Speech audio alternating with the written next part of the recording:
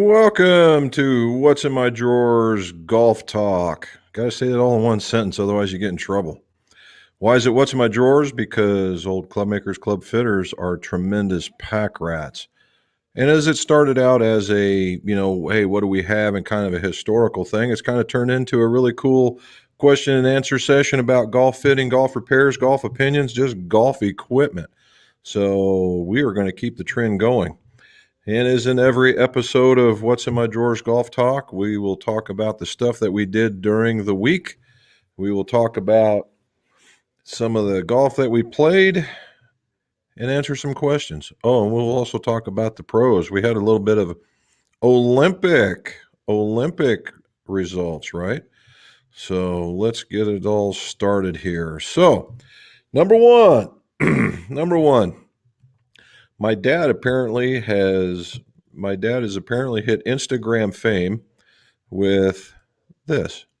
It's me and my dad. We're sitting on the 18th. That's the pond behind us. Look at him sporting the McGolf logoed stuff. Isn't that something? We got through there and got 18. He's basically my coach. He likes getting out and about, and it's good to have him around with me. He actually keeps me grounded. He's one of those guys that will tell you, "Oh, you're doing really good," and then every once in a while he'll throw one of the most negative comment I get is, "Well, you probably could have done a little bit better." So not too bad.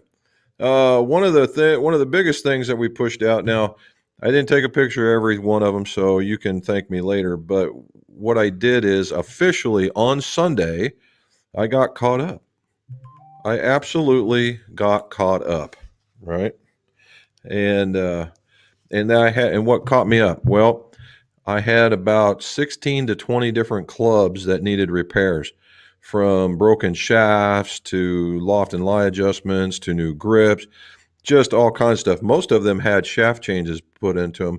And the onesie twosie club that I had left over from the Mizunos and the Srixons and the Callaways and the Wilsons, that they were just there, because of the time of the year that we're in, there's always one waiting, right?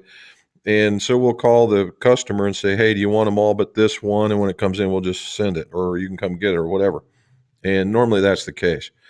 So we had a lot of that. So we got if you guys remember Chart, the South African, that's just one heck of a gentleman and a golfer. He got his 3 and his 7 Srixons to complete his set. And an A wedge Srixon went to another gentleman. We did a sand wedge Mizuno. We did reshafted a couple of T100s. Not a fan, but they turned out pretty good, I have to admit. And then we did some other, we're in that time of year. It's just, where the high schoolers are getting ready to go back to golf, and the dads are, "Hey, well, this is kind of a neat idea. Let's go out with them." And typically I end up with a few clubs that need to be fixed. Sometimes right away, sometimes not so much. But it was about 20 golf clubs, and we got them all done. And Mrs. McGolf either shipped or called or got them out, or the whole 9 yards. So this was one of the biggies. It was that Mizuno STZ. Now, I got to tell you, if you look really close, you see little dents on there. That's on purpose. So that was really, really cool. And the top of this guy looks like that. And it's so reflective, you can see the lights from the shop in there, and you can actually see a table and whatnot. Really nice club. And then what really set this one off, somebody should know who this is if they're listening, Joe, with the FX green. This is one solid club. I really, really like it. So Joe got it. He's from Columbus, and it's just a really nice club. But the Mizuno driver is probably not going to be the world beater in distance, but I tell you what, it's going to be very, very close, right? And it is a super spin killer. So if you guys are in the market and you're looking for an alternative, they have that one. They have the what is this one? The STZ, the STX, which is the draw bias, and they're coming out with that 200 you saw. It's got all the slider stuff on it, and that ought to be coming out shortly, if not out already. But really nice drivers. They just really are. And so that worked out pretty good. Another thing, when we're talking about the repairs, see if you guys can, before I show you the bottoms, tell me if you can tell me what they are. Look at those guys. A different model of every kind from the manufacturer. Here's a little top piece. There we go. And then here's the bottoms. Bam. The greatest, biggest Bertha. The first Hawkeye with the VFT, and then an S2H2, 9 degree, 9 degree, 9 degree. What's up with the 9 degrees, guys? And had to shaft swap one, had to fix a broken shaft on another, and fix a broken shaft on the other one. That one came in late. And I know the next question is, well, can you show us that kind of stuff? The answer is yes. That's going to be the next video. Okay, it's the next video that is going to show up tomorrow. And it talks what we did in order to do that. And I show a little bit of, technique, and we show the reasons why and what we do and what's important. It's a good 25 to 28 minutes worth of, and they figure 7 minutes on a driver. That's not too bad, especially when you go through some stuff. And so it wasn't too bad. It's a good video. So, and for those guys that do any of that kind of stuff, the Adobe, it was crashing and burning on me bad. And so I got on there with Adobe, and they had a guy there, and he ghosted in the machine, and man, so far it's working like a champ. So whatever they did, I'm okay with it. All right. Next thing is like and subscribe, just like you see right down here. Right, this. Follow us on Instagram, Facebook, Twitter. It's at I am McGolf Custom Clubs, that kind of stuff. All right, and that way, more of this stuff gets out to more folks. And if you would, that'd be great. The last one, it's not paying the bills, but it's fun to talk about, is we still have the aprons. We still have aprons. They're good for club making, washing cars, doing barbecues, working under sinks, whatever. And then we got some hats in black and gray and red and navy blue. Some of those should have gone out, and I've reached out already. And the same thing with some divot tools that have pencil sharpeners. So we got that. All right, so I got that out of the way. All righty. So last but not least, we all saw what the Olympics did, right? Yeah, Xander Schauffele, well done, sir. All right. It's a way to go for him. And then we saw Roy Sabatini come in second, and then a battle for third place. And congratulations to CT Pan. So not bad. And I don't know if you guys saw this or not, but I got to go back. There was a ladies tournament that had a very, very recognizable name at the top of the leaderboard. And it was Annika Sorenstam, and won in her traditional dominating fashion. A total -12, shooting a -4 on the final round, where another, I think it's Sweden, another Swede won at -4, shooting a +2. So even if she would have broke even, she would have still only been halfway to Annika. And then Laura Davies came in third. So Laura's still throwing it out there. Good for her. So that's pretty cool. So now, for this week, I mean, there's a guys pro tour, but the ladies Olympics are starting. So I think it's at 6. I think I saw it 6:30. So not too bad. I think the ladies will do just fine and have a good showing. So we'll be good to go there. All right. So now we're going to go to the question and answers. So we got a couple here. The only reason why I'm doing this is I got an email. Okay. And there's the dogs barking. I got a swing weight question from Anthony Urban. And Anthony he does some work, and he's making a wedge. And he says he's putting a 130-gram shaft in a wedge with a jumbo wind grip. And he's getting a swing weight that starts with a G. That thing is all the way at the end of the scale. I don't know if they go any further than a G. I know F's out there. I've had some of those, but a G. And I said, are you sure you got the right length? It sounds like maybe, just maybe, nobody's cut anything off. And he sends me back another note saying, nope, it's standard length. So the only thing that I can come up with now is one of two things. One, somebody dropped a lead bomb in the bottom of this club, and its thing is beyond heavy, which I would sincerely doubt because that would be recognizable in the assembly. The only other thing is, and this is a kind of a pro tip, is the scale's off. Okay. The scale could be off. Now that's happened. So there's a couple of things that are going on. I don't know what kind of scale this guy's got. And if you use the very basic ones, were ones that were on a teeter totter. I'll just use this as an example. They're basically a piece of flat steel about this long. And in there's a bump so that it can balance. All right. And sometimes if you hit it or drop it or bend it, they get off because the swing weight, it's like a teeter totter. It depends on balance, right? You got to start off with that good balance like this before you can start seeing something like that. And so it could be that way. If you have a really nice one, and that's happened to me because I have like the nice GolfWorks one. It's that big square one, right? And every once in a while, because I move it around to clean and stuff, that the feet will unscrew because they're adjustable to get it level. And there's a plumb or I would call it a plumb bob, but it's a target, like a little level target.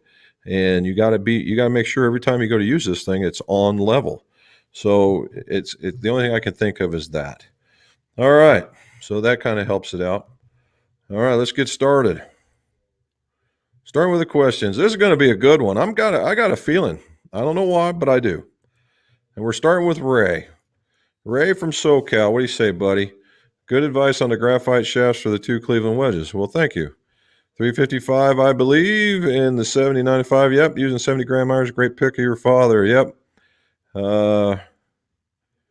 Early because I'm golfing. Good for you, man. Good for you. I'm glad you're liking it. Matt shot round 67, 74, 72. Good gravy. Dude, that's awesome. During the trip to Toodly-Doo. All right. So before I answer the question, well, after that picture, I shot a tremendous, it was the best ball striking 86 I could come up with. It was just nutty. I had 5 3-putts, but I had 2 1-putts. And even that, 5 3-putts, and still getting around like that. It's just hit the ball pretty good. Had a couple of mistakes, just like most rounds, but I just couldn't figure out. And in the misses, the 3-putts were ones that they were going at the hole and was doing one of those. So I had 5 lip outs. So it's not I could get real mad at it, but I could always get mad at it, but that's just the way it is. That's for taking 2 weeks off, so I get that. And a 2.5 hour round started at 6:30, and was loading the bag by 9 o'clock. I don't know, man. I'm getting spoiled at that.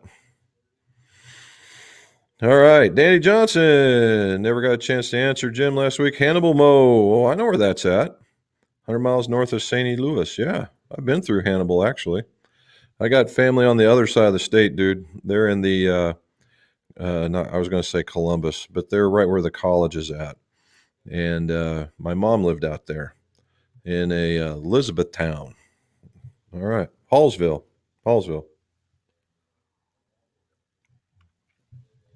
All righty. Brendan, sir, well, glad to see you made it. I know it's late over there. Golf game is getting worse over the last 3 weeks. I think I've hit every shot in the book. Any tips to get back on form? You're in the slide, man. You are in the slide. Honestly, you're in the slide. Whenever I guess that happens to all of us. The old Bobby Jones saying is that his teacher said, told the story as the story goes. Some other golfers, they said, "What do you think?" He says, take the first week off and then give up golf for the rest. I wouldn't say that to you, honestly. However, sometimes if you're playing a lot of golf, that can just get in the way. You might take a day off. Take a day off. Go visit with some friends. Whatever other hobby you might enjoy, and just relax, right? Because it sounds like it's a high expectation more than it is commitment. Because you've been talking about some of the better scores that you've been playing, so maybe just a break. If that's not the case, what I like doing is I like starting small. I like starting small and making my way up. So I will hit pitch shots and make sure that I'm making good quality pitch shots, and then go to 10 yard, 20 yard, 30 yard, and just kind of work my way out until you just get to the point where you're just swinging and you've broken through. All right, Charles, surface warfare. I know what that is. Let's see, Allegheny, North Bama. A little cooler in the yeah. It got a little cooler here too. We had it rain. It got like 4 inches of rain overnight, and the new roof works like a champ.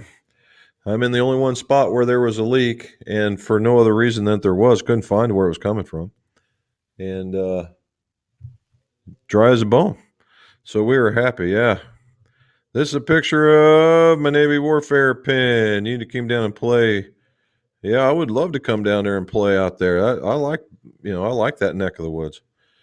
I almost got a surface warfare pin. I was on a tender, and I was really, really close to getting it. And I didn't think it would be right trying to get a surface warfare pin on a tender, so I just didn't do it. Hello, Mr. Krister. How about that short putter of yours, bud? That is a short putter, man. That is one short putter. But it looked like it was rolling really good. So, hey, who cares? I mean, you got people doing claw grips. We got people holding it close to their chest. Why not a short one? Play Robert Trent Jones Trail. Yes, about 10 courses through the state. I play the Shoals course. I've seen that one. All right. Very cool. Charles, we're on Belvini today. It's the Belvini and the 12-year-old, and it comes in what does it come in? It's a 2 keg. It's a 2 cask. Salute, sir. All right. James C. from Austin. What do you say, buddy? Thoughts on playing the same weight driver shaft in a fairway wood? James, up until just even a couple of years ago, I would have thought, no, do not. It throws everything off, blah, blah, blah. Bad, bad, bad, bad. Now, and the only reason why I'm getting kind of turned over in that is because of what I'm seeing from the manufacturers. I get, Callaway certainly has some stuff. Wilson has shown me some stuff. Mizuno has shown me some stuff.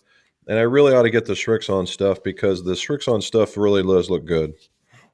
It's almost rare to see a 70-gram standard shaft anymore. And it seems that people are enjoying it. And you know what? Okay.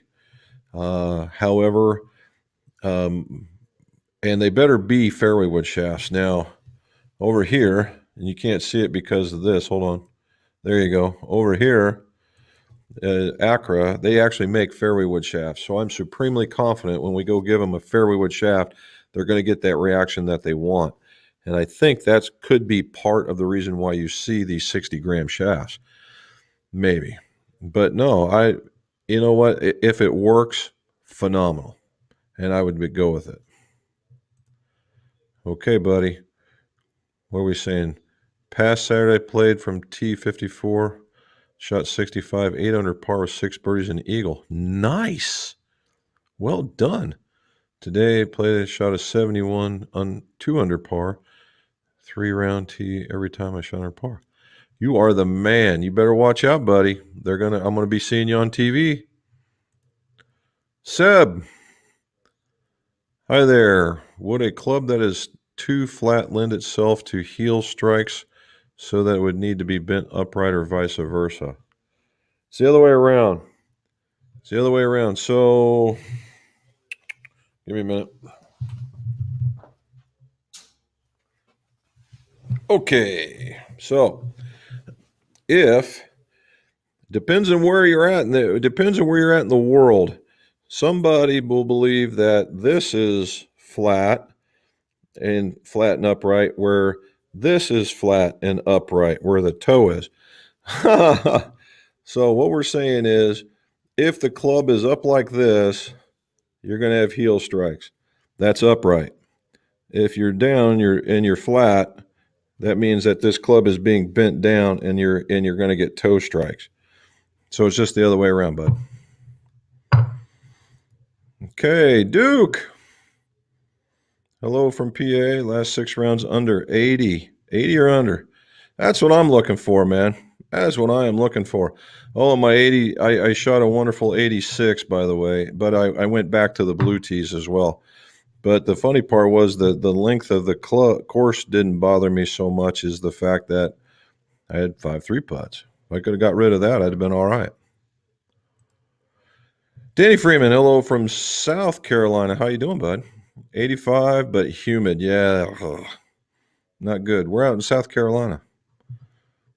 We're going to be in Myrtle Beach. We're going to be in Myrtle Beach in September. We got some courses we're going to be playing. Woohoo!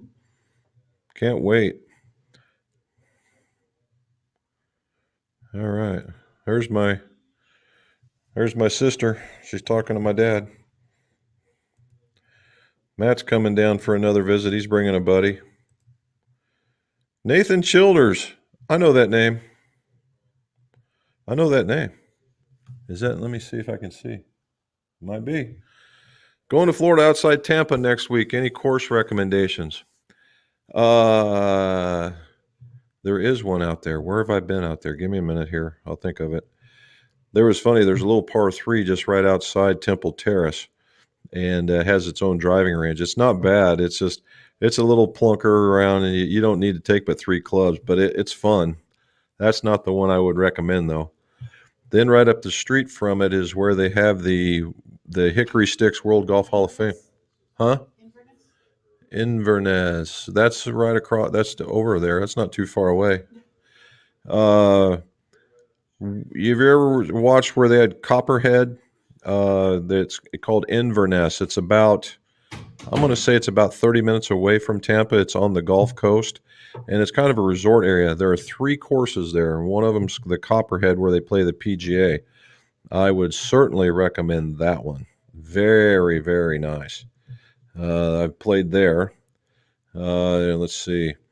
The other way, if you're in Tampa and you don't mind the drive, Walt Disney, they had a really one where the older tour used to stop there at the very end. They have two courses, a little bit pricey, but always in nice shape. And what else? There's one more over there, but Inverness is where I would go if you had the opportunity. I would look for that. Or is it Inverness? No, Innisbrook. Innisbrook, that's what it's called. All right. Matt, it still looks like a 2 hybrid, but it looks like a 2 hybrid for Robin still. That's the last club. Robin told me to hold off, so it's her fault. All right, Charles, got the hats. Great. Everyone needs to order one. There we go. Thanks, Charles, for the hookup there. He did. He bought a hat. It looks pretty nice. All right. Camilio, what's going on, buddy? How'd we shoot? There was golf for me today. All right. Played 9 really well with a 40 and the second with a 37. Hey. Need my defense on 18. It was a par 3. Par 3, 235. Wow. That's a heck of a shot. That's a serious par 3 right there, bud. And a 77. Nice job. I think it was the best 9 holes I played. 2 questions. All righty. The hardness of a shaft depends more on the tempo than the speed. Oh, that's kind of a good question. Well, that's not kind of. It is a good question. Let's think about that. Well, certainly you have to have speed, right, in order to get into the right wheelhouse of the flexes that you want. But tempo, and it's I wouldn't say tempo, but it's mixed in with tempo, right? It's about how you pull down, how your transition from back to forward, transition, and then your release, right? And that gets kind of mixed up with tempo, and because and tempo is something that appears to be very visual, but it really needs to be measured. And so when you combine those, the transition and the release, you get an idea of the tempo. If they're very hard, then you bump up. If they're very smooth, you bump down. And that's where I get it at. But you aren't wrong in that it's very important. And how I explain it to a lot of people, and here you go. This is you've gone into my fitting, guys. When we talk about fitting for flex, what I do is I say you got Nick Price, Tiger Woods, Ernie Els, all right? And they all swing 120 mile an hour. They all hit the middle of the face. They all, great ball strikers. Well, Nick Price is like Zorro with a golf club, right? He is loading that thing up on the way back and on the way down. Tiger Woods, atypical golfer, at least we all want to be, comes back real nice and smooth and then just powers through it, and that's what we want to see. Then you got Ernie Els, who is Tai Chi on golf. He just is smooth as silk when he gets through there. And because of that, Nick Price is probably going to need a shaft that is far more stiff than swing speed would allow. And then Tiger Woods would that's atypical golfer, so speed equals flex there. And then Ernie Els could probably use something that's a flex or even a flex or two lower in order to make everything. So we're all talking about delivering the club to square, and so that the shaft will react. That's what we're looking at. I've known some guys I knew a long drive guy and super strong, and he played with 48-inch regular flex shafts. So there's just one in every crowd. All right. The second question is where to consult the height with which the should actually be accommodated. What's the right length of your golf club? Yeah, that's a different one. There are. Wishon has a where you measure the wrist to floor as you're standing up, and gives you a number. I think it is conservatively short. Not that you couldn't hit it, but it's conservatively short. The other companies and OEMs are unconservatively long. And why is that? It's because the OEMs know that we as golfers have a very short memory of how we play golf. We will hit that one really good shot, and that's be the one that we remember, and we know that we're good to go. Even though it was the only shot out of 70 or 80 shots that were on your golf course, that one is the one that you're going to rely on everything as opposed to the other ones. And no, right? So that's where the fitting comes in.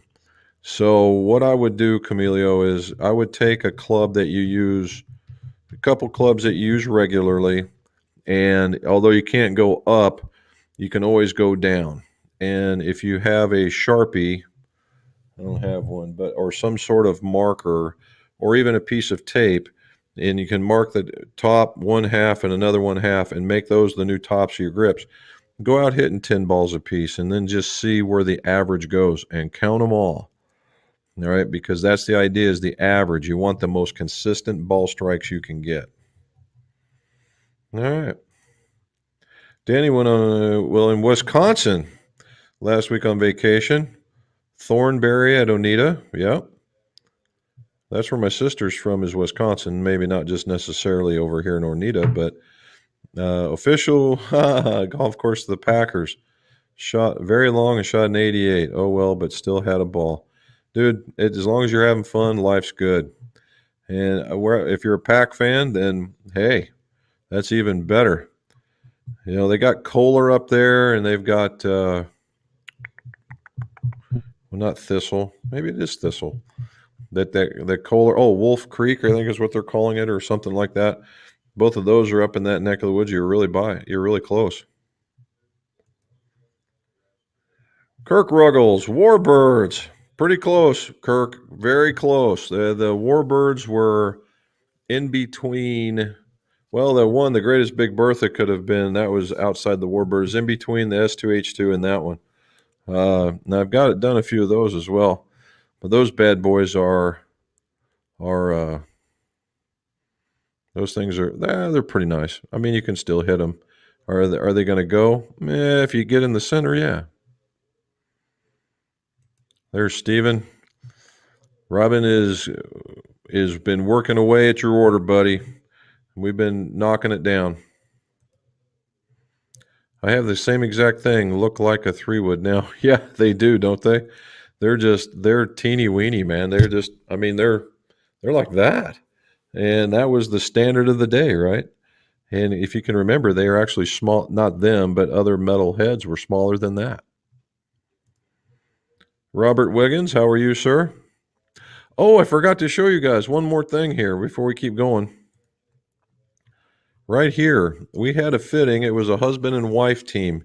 You guys will appreciate that, particularly any of those guys who might be here from Canada. This, 2 full bags of left-handed stuff.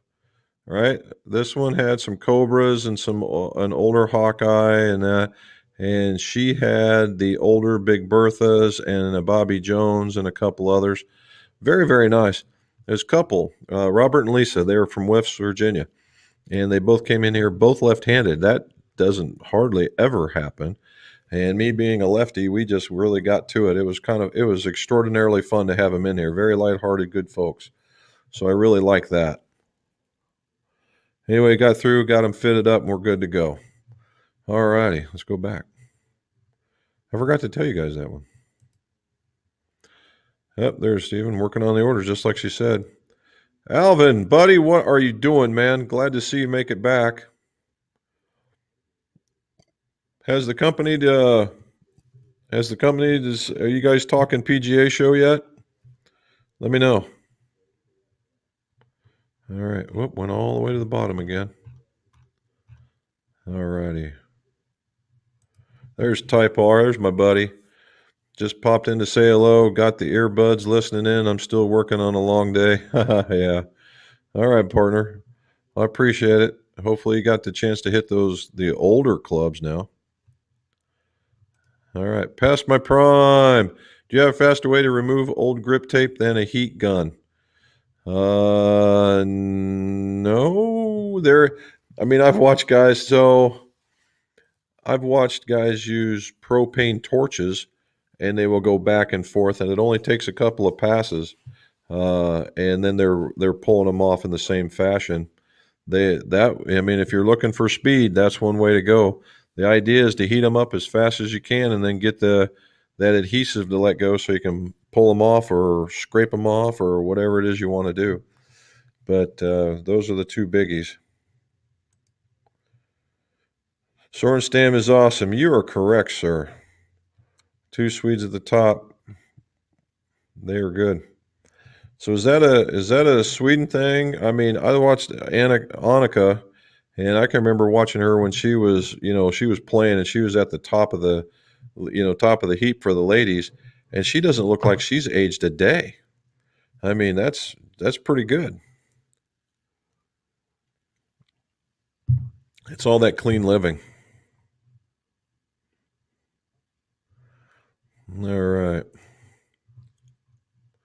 My dog Rex. I like the dog. 90 feels like 110. Oh no. That was one of the, other than snakes and gators, that was the only other thing.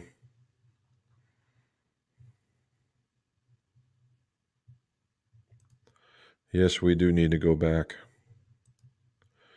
All right. William, what do you say, bud? To make the guy happy, counterbalance the wedge.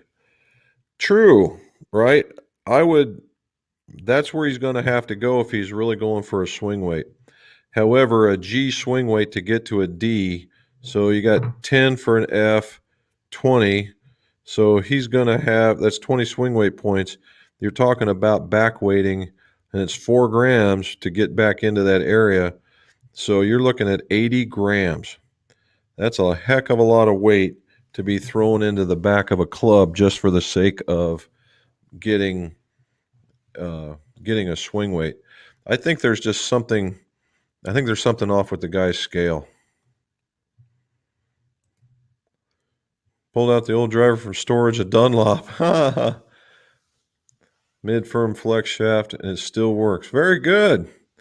Now over here's Krister. Dunlop is a bargain club. Unlike Dunlops over there, they are Dunlop has a little higher quality. But that's very, very cool. Yeah, Robin's talking to folks. There you go. We never own this game. We only rent it. You are correct, sir. And Charles believes in it as well. And now we're talking shafts with Steven. And we'll get there. Seymour, here we go. Can you explain driver shaft characteristics when it comes to different loft heads and shaft? Example, low launch shaft with a 12-degree head or vice versa. Ooh. Well, it depends on what you're looking to accomplish, okay? I'll put it in a, of course, the combination has to work together, right? It has to work together. And I remember this story Mr. Wishon was giving, or Tom, he hates that part, but I call him that anyway. Anyway, he was giving a presentation to a bunch of PGA guys. And he said, the same kind of question, what is more important, the head or the shaft? And he goes, how many want that the head's most important? And he goes, okay. So if the head's most important, and I give you and you're a 120 mile an hour swinger, and I give you an A flex shaft with the right degree head, are you going to hit it well? And the answer was, well, no. Oh, okay.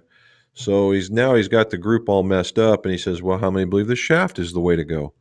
And the other half of the room goes, oh, that's us. Yeah, the shaft. And he goes, okay, well, I give you the right shaft, and I give you a 3-degree head. Or even that for better, I give you a 15-degree head. Now what? They go, well, yeah, okay, we get it. He says, the idea here is they act as a team, right? They act as a team. You can't have one without the other. So that's number one, is they act as a team and they have to work without another. Now, the very thing that you're talking about here is this 12.5-degree head versus a low launch shaft. I've done that. And why did I do that? And it was because they work together. I had a guy couldn't get the ball in the air, so we went 12-degree. But all the 12 degrees, normally a 12-degree club comes with a very, very flexible shaft. Well, this golfer swung it like a gorilla, and he was an older guy. But his swing was so violent, we had to crank it up a notch or two. And that's what I did. I actually gave him an X-Flex driver at the right length and a 12-degree head, and he plunked it right out there. So together they worked well in order to obtain the goal, which was more distance. All right. So if you're, does a low launch shaft necessarily mean you're going to low launch a 12-degree club? No. Does it mean you're going to low spin a 12-degree club? Oh, no. So you got to get them to match. Mark Walters, hour and a half. How's that for an answer? Hour and a half. That's correct, sir. I do. It was one of those things I was really thinking serious about Chief, and having both would have been almost a shoe-in at that particular point in time. But I just thought it, and it was basically, it was just one of those things. If I had one more, say, year left on it, I probably would have done it, but it's just timing. What did we say, Mr. Burnett? Saw the Facebook post of you and your dad. Yep, it was a good day. Wasn't the best golf, but it was a good day.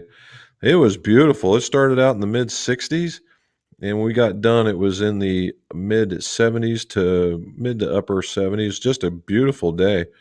And we got it out and about there. Matter of fact, I don't know if I did it or not. Give me just 1 second here. Let's see if I can find it for you. Let me do a real quick check.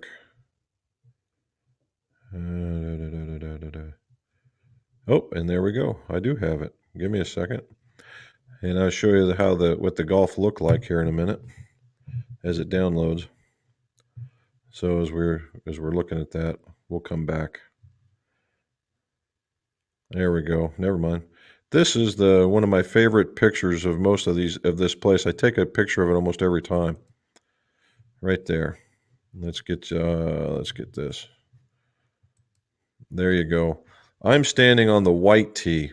There's a blue tee about another 30 yards behind me, and that's where he had to hit. And if you can see the straight out here, it bends to the left, and it goes to the green there. Now, what you don't get to see is about halfway down, it opens up just a slightly bit, and the left-hand side is a hill. So the idea here is to hit the hill and watch it kick it back into the middle. And that's what we did on that one. Normally the funny part is normally that hole eats my lunch. And I threw one out there and I was 140 from the hole. It was really quite nice, to be honest. But yeah, that's the kind of golf we were playing. And that was the way it looked all day. It was absolutely beautiful. All right. We got here the blue tee.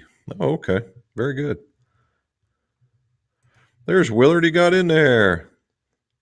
38 in the front, 46 on the back. 3-putt suck. Dude, I am with you all day on that one. Duke you were going down there, right? How'd that?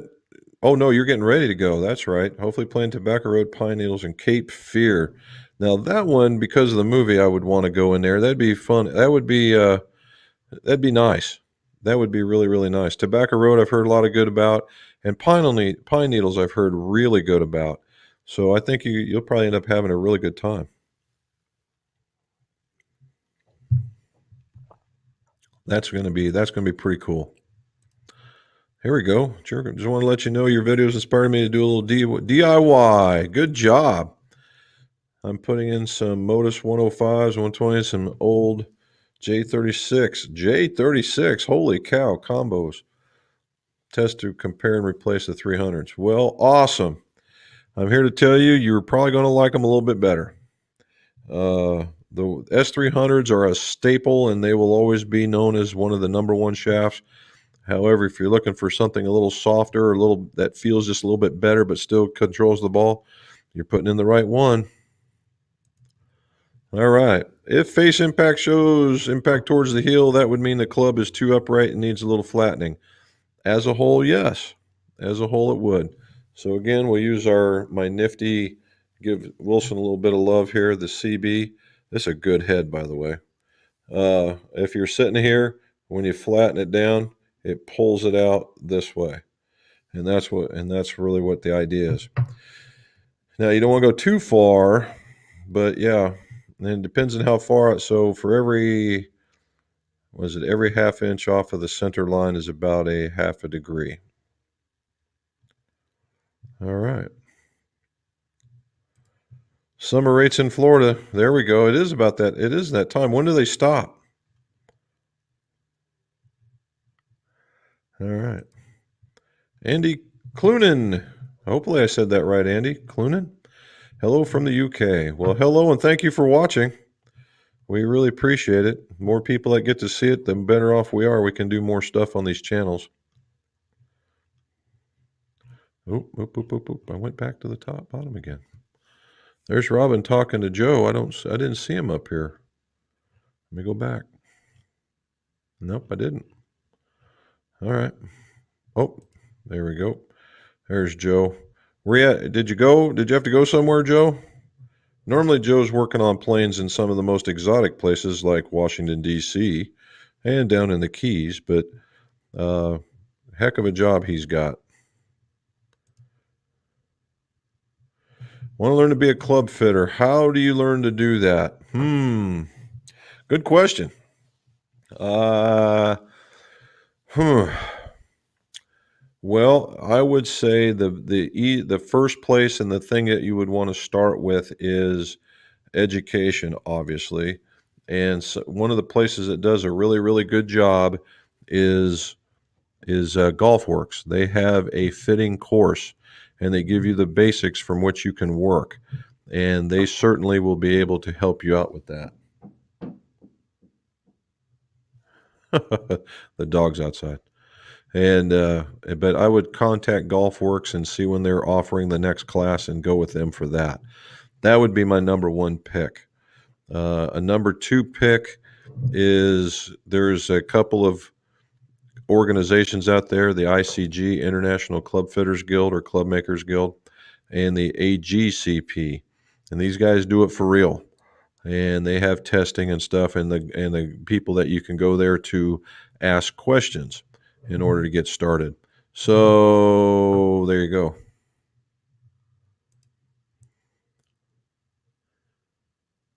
Oh no, I got mine. I got my fish. Oh, I got mine. Heck yeah, I got mine in. I won't say in record fashion, but I got mine as fast as I could. Yeah, dive officer, huh? That's you can keep that stuff. I'll stay in the back. Although I was the plotter for the man, I was the plotter for the longest while, and I didn't like it worth a darn. I was not comfortable up front, and but they always needed the ERS or the EWIS to go up front, and so I always got volunteered. I did not like that. Scrunchy Chingo, needing to carry height with my iron, swing speed 6 iron, 78, spin 4,900. That's a little low, but that's all right. Oh, that's not too bad, actually. Speed 112.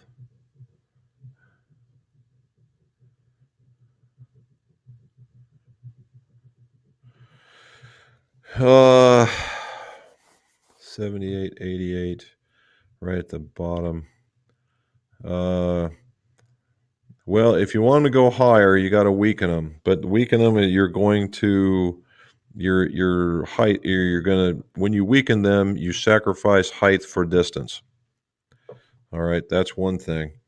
The other one is the PT. I'd have to go back and look at the PTX Pros, but as a whole, I would think PTX Pros are not made to go very high. Anything that's got the Pro label in it means, and very much like these guys, there's not a lot. I mean, let's see if I can get you there. That's your standard issue club. Now, normally now you're seeing clubs that have really wide soles, really deep pulled back cavity backs, such that you can get really underneath the ball. And when you do that, the ball goes higher. I'm not sure if that's what these are. And the Project X LZ 6.0, if you're swinging at 78, that's probably a little too much shaft. That would help you as well. Maybe going down to a 5.5 or even a 5.0 would help you get where you're looking for and still maintain the feel, still maintain the performance, that kind of thing. But as if you're not doing any of that, if you truly want ball height, then you weaken them, and that will make them go up. And that's changing nothing else, right? You can always put them a little forward in your stance. That's always a thing, but then they're going to go to your inside maybe a little bit. That's one way of doing it. Open the face, then you get the fades that could show up. Neither one of those are very desirable. But weakening. Now you could also, if you're forward pressing quite a bit, if you brought it back, you could also do that. So there we go. Mr. Joe, there is, sir. Why is golf taught tee to green instead of green to tee, knowing how important the short game is? Because it is not ego driven. It's because it is, I'm sorry, it's because it is ego driven. Everybody wants to hit that 300-yard drive. Everybody wants to outdrive their buddy for that Coke and a dog. Everybody wants to, give them the ha-ha, I outdrove you stuff, as opposed to going, ha-ha, I one putted and I'm winning the game. It's all ego. And in reality, most people should learn the game from green to tee because of that very thing. You're seeing now that there's books out there, and one I'm reading it now. It talks about uh, used to say the whole drive for show, putt for dough concept. This guy's written a book where he puts that thought to a test, and the test is that it fails. That the further you can get down the fairway, the more likely it is that you will get onto the green easier and go there. Like the Bryson DeChambeau theory, the further you can hit it, the easier it is to get on the green. And there is something to be said about that philosophy, but you got to be able to hit it down there. And unless you're going to do something radical like he's doing, chances are the green to tee philosophy is probably the way to go.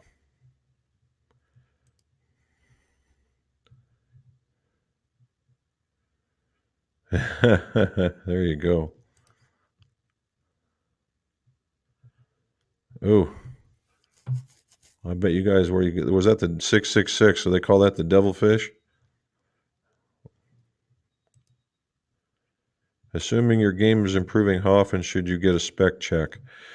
If you're talking about just your getting your clubs like blueprinted to make sure they're in the same spot, if you I in the drivers and stuff, unless they're really really old, chances are they're not going to move. The But in irons, if you're playing a cast iron, and I'd say if you're playing a cast iron and you're playing 3 times a week, about once a year, because that's a lot of golf, right? And I'm talking about the whole time. About once a year, you could virtually change it. And it's not also from ball striking, but if you're one of those guys that has that nervous twitch that bounces the club off of the ground, and that would be it. If you got a forged club, about half as much. And that's how I would recommend it. In your putter, I would also have that checked while you're having the loft and lies done, and making sure and do that. Now, if you're talking about you getting checked, just to make sure that nothing's changed dramatically, that's kind of a personal thing. There's I wouldn't if nothing's changed medically, nothing's changed physically, nothing's changed mentally, I would not necessarily worry about it because I don't think too much is going to change. But there are those times where you go from being 20 to 40, right? 40 to 60, or you've, like I see this quite a bit. You get cancer, and once you beat it, you lose a lot of weight, and you tend to get weaker, right? And it's hard to swing faster, and you've got to build up that muscle again. The rotator cuff. Seen a lot of rotator cuffs, a lot of knee surgeries, things like that. But if everything's normal and you're playing pretty good, I don't break the karma. There's Tim. How you doing, buddy? All righty. What do you think about the new TaylorMade 300 mini driver? Have you tested? I have not, Krister. I'm not a TaylorMade person. I'm not on their list, so I don't get any of that stuff. It would be kind of nice, though. Uh, the mini driver has its place. It's funny that the reason why it's mini driver is so they can sell a short driver so they can hit it well. Well, you ought to hit a short driver anyway in most cases, unless you're like 7.1, which is on here. So that's where that's at. Uh, but I mean, those things have come and gone, and everybody's always like, man, those are really cool. And if you like a smaller head, that'd probably be the way to go. They act more like clubs you can hit off the deck, right? Like a 2 wood, or a 2 wood that you can hit off the deck. And if you're in those types of places where you play a lot of that, that might be a club to have. Mr. Charles, Helen Alfredson +2, tied 7-3. Yeah, look at that. Well done. Yeah, they were throwing it down, man. Have you heard when the KBS Tour and high rev shafts may be available? I have not. I didn't know they were out, to be honest with you. I haven't ordered one for a bit, but from what I'm hearing across the industry, right, across the industry, is uh, either they describe their return in months or at the end of the year. And I doubt, since KBS is attached to the bigger corporate company, that that's going to be it. Uh, Normally, we've been hearing. I think if Mrs. McGolf is listening, she might be able to tell us, because she's always in contact with GolfWorks and they have that information. But I'm going to guess, and that's purely what it is based on what I'm hearing about other steel, probably October. Robert Wiggins, I'm looking forward to sending you my PXG Gen 3 XP heads and my forged wedge so you can work your magic. How about another PXG club making? Okay, not a problem. Not a problem. I actually have some extra of the centering ferrules that they've got that come with them. I got a whole drawer of them. All right. Krister, going back to normal size drivers, we'll buy a new driver end of the month, wanting a forged driver. TaylorMade Sim Max is the top of the list. Is there a big difference between the Sim and the Sim 2 Max drivers? Well, keep in mind that the Max is the draw bias club in both cases. So if you're if you don't want to hook it, then that might not be the one you want from the Sim line, just the regular Sim. As far as the two goes, as what guys have been telling me is, if you have the Sim, are you going to see a marked increase over the Sim 2? And the answer was no. Is it a nicer club? Yes. That's how it's been described to me more than a couple times. How is golf an Olympic sport? No fastest round, no speed putting, no long drive, only normal rounds of golf. Dude, you know what? We could talk about this all day, but based on what I saw, synchronized diving, really? If synchronized diving is an Olympic sport, I'll take golf first, right? I mean, come on. And there's some of the craziest stuff out there, and I just no. But I mean, that's probably, that's the reason why it's been off the list for such a long time. They had it initially, in the 40s, I think, and then it hasn't appeared until the last 2 years.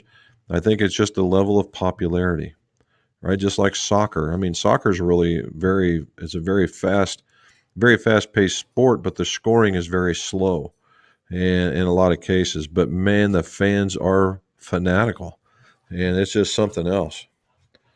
All right. we make There's Mrs. McGolf always protecting me here. Bushnell, Foresight are uniting to make a launch monitor. Your thought? I thought Bushnell already had one. Who makes that G10 everybody's talking about? That they already did that.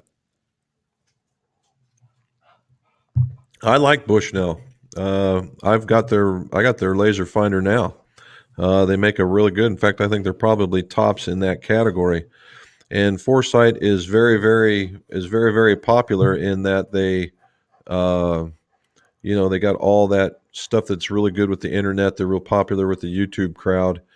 Uh, I'd really like to test one. If any of you guys are out there from Foresight and you just happen to come across here, I would really love to test one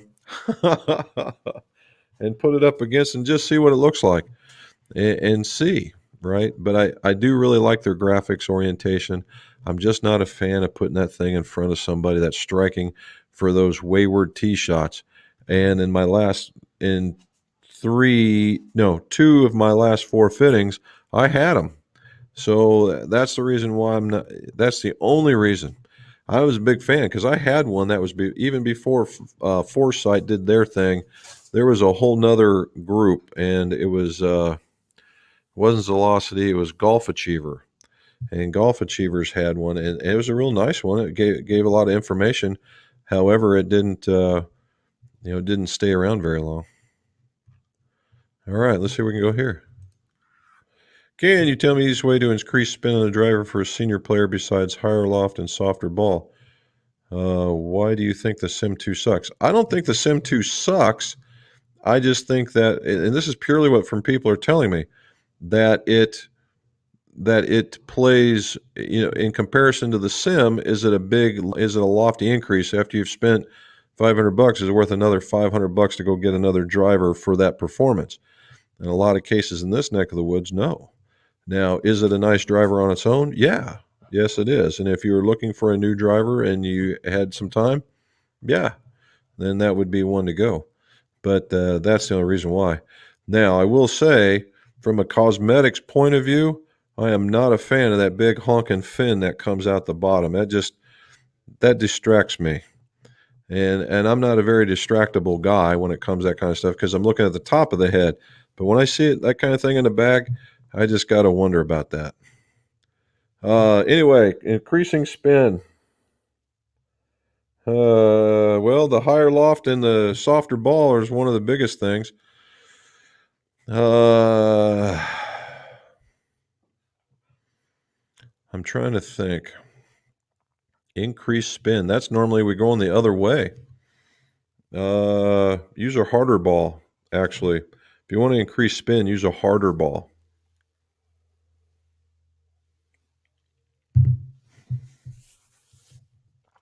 I think so. How do we do this?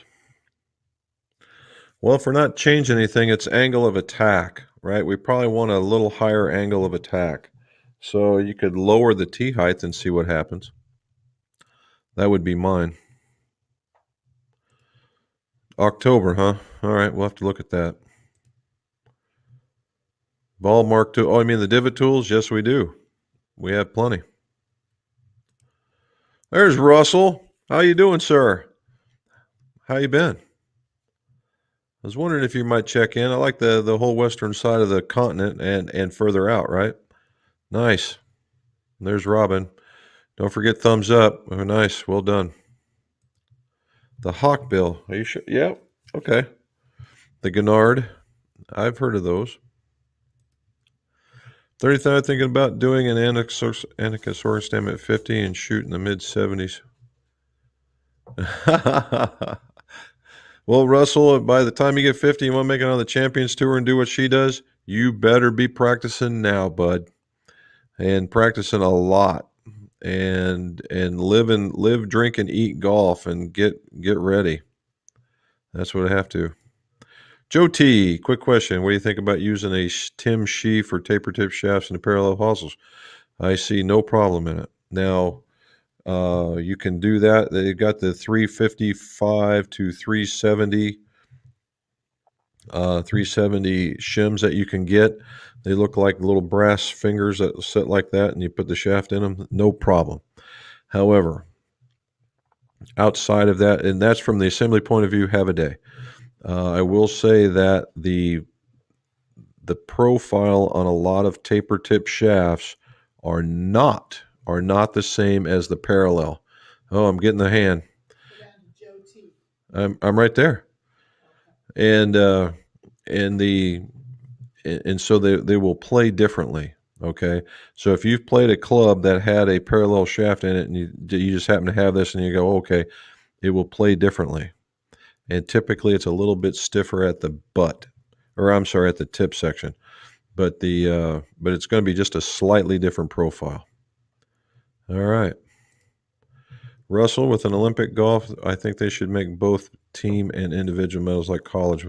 Yeah, they were talking about that with the caddy, right?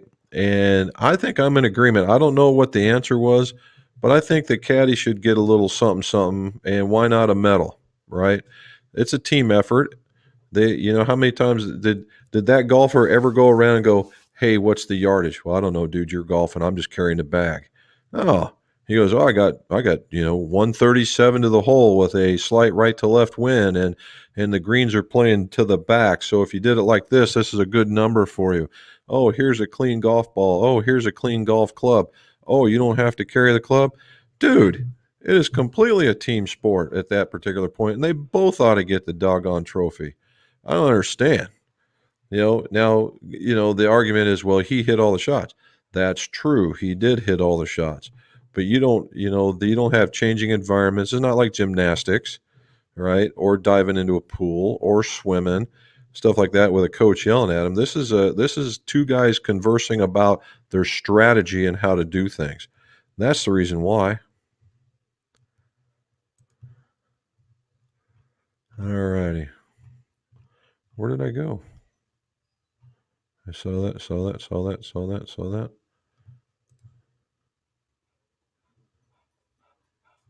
There you go.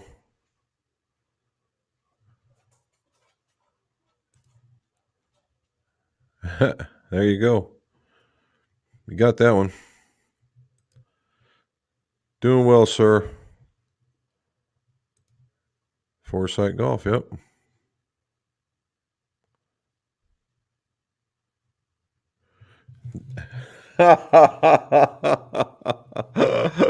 Oh, wouldn't that be something? That'd be fun.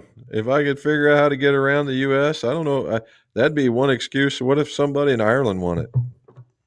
Hey, there you go. Here we go. Big deal. Good evening. Hoping all is well. Did you see Dan Gavin won the European Tour on Sunday with Liam Harrison from Golf Mates YouTube channel as his caddy? Great achievement. I thought I saw his picture. I wasn't sure what that was all about. Glad to hear it. That Golf Mates thing, I've watched a couple of those. They're not bad. He's just straightforward kind of guy, right? Not too bad. Uh-oh. I'm getting the look here. Okay, not a problem, bud. I agree. I totally agree. All righty. Well, guys, Joe, maybe in October. It'll have to go south, right? Because up north it's going to be a little chilly willy. All right, guys. Again, thank you so very much. It's 6 minutes past our time frame, and we answered quite a few good questions out there. Thanks for asking. I appreciate it, and it helps us with content. That is for sure. And we went all the way around the world yet again with, Switzerland being out there uh, and Ireland and Hawaii and all over the up and down the East Coast. I think it was just a phenomenal time. So again, guys, like and subscribe if you would. Watch for the video tomorrow. And as always, let's see your scores. Go low.